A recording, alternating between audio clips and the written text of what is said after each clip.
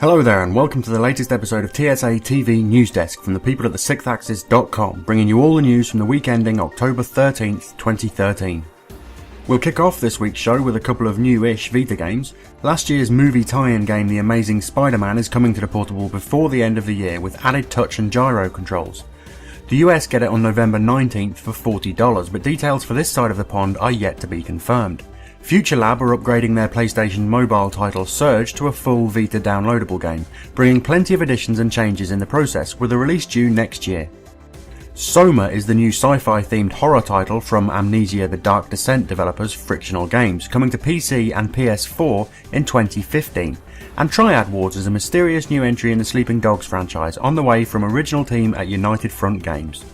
Enslaved Odyssey to the West is getting a premium branded re-release on PS3, as well as coming to the PC for the first time later this month, while Injustice Gods Among Us is getting an Ultimate Edition including all DLC released so far, and coming to PS3, PS4, Vita, PC and Xbox 360 on November 29th.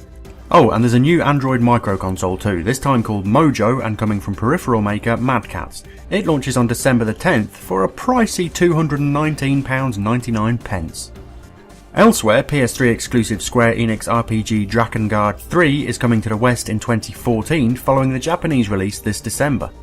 Need for Speed Rivals will be a launch title for both next-gen consoles, arriving on Xbox One, Xbox 360, PS3 and PC on November 22nd, with the PS4 version due on the 29th alongside the console itself, while 2D indie platformer DUSTFORCE will arrive on PS3, Vita and 360 in January, supporting cross-play and cross-saves between the PlayStation versions. The Castlevania Lords of Shadow collection, containing the first game and its DLC, the HD versions of the 3DS's side-scroller Mirror of Fate, and the demo for Lords of Shadow 2, will arrive on November 8th for £29.99, while the game's producer has also teased a PC release of the set. In the news this week, alongside the release of another patch designed to ease issues with the service, Rockstar has announced that it will be granting all GTA Online players a bonus $500,000 GTA dollars to use in-game, due in 2 installments over the coming weeks. EA has confirmed that it is finally actively investigating an offline mode for the SimCity reboot, launched to server issues back in March, while the remnants of THQ are now suing EA over the UFC rights that the latter scooped up during the recent collapse of THQ.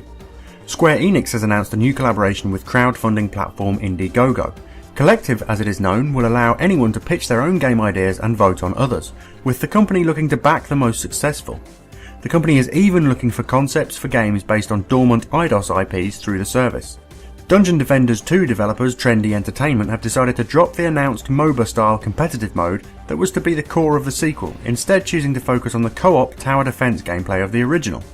Capcom's planned Xbox One launch title Dead Rising 3 has been denied classification in Germany, meaning that it will now not be available in the country next month, although Microsoft has remained quiet about potential changes and resubmissions. As expected but never confirmed, Call of Duty Ghosts will indeed feature dedicated servers across all of its launch platforms, not just the Xbox One. Side-scrolling RPG Dragon's Crown is due to get a patch enabling crossplay between PS3 and Vita, and the recent 1.30 update of Vita's Soul Sacrifice is to be the last ahead of the release of expanded follow-up Delta next year, adding a final 12 challenge quests to the game. Finally, Ubisoft have revealed DLC plans for Assassin's Creed 4 Black Flag, with the Season Pass granting access to a 3-hour story featuring hero Edward Kenway's deck officer Adewale, as well as assorted single and multiplayer extras, while the company has confirmed that the Wii U version of the game will not be receiving post-launch content, unlike last year's Assassin's Creed 3 on that platform. Meanwhile, publisher Square Enix has confirmed that the Wii U version of this month's Deus Ex Human Revolution Director's Cut will cost an extra $20 in the US over the same day PS3 and Xbox 360 versions, despite them all containing the same content thanks to cross-controller support on PS3 and Smart Glass support on 360. There's been no official explanation for the difference, but the recommended retail price in the UK does at least appear to be the same across all 3 platforms. That's it for this week's show, aside from the usual last couple of bits. The Enter the Dominatrix DLC, which was originally planned for Saints Row III, will finally arrive for Saints Row 4 on October 23rd for £5.99, and Amazon France is listing a new Vita bundle including a version of currently PS3 only Ratchet & Clank Nexus for release on November 6th. That's despite Insomniac's claims that a Vita version of the game is not currently on the cards. The latest PlayStation Plus games for Europe are Metal Gear Rising: Revengeance and Remember Me on the PS3 side, and Oddworld, Stranger's Wrath HD and Motorstorm RC for Vita. They'll drop on October 23rd, with this update being the first with only 2 PS3 titles, ahead of the service adding PS4 support in November.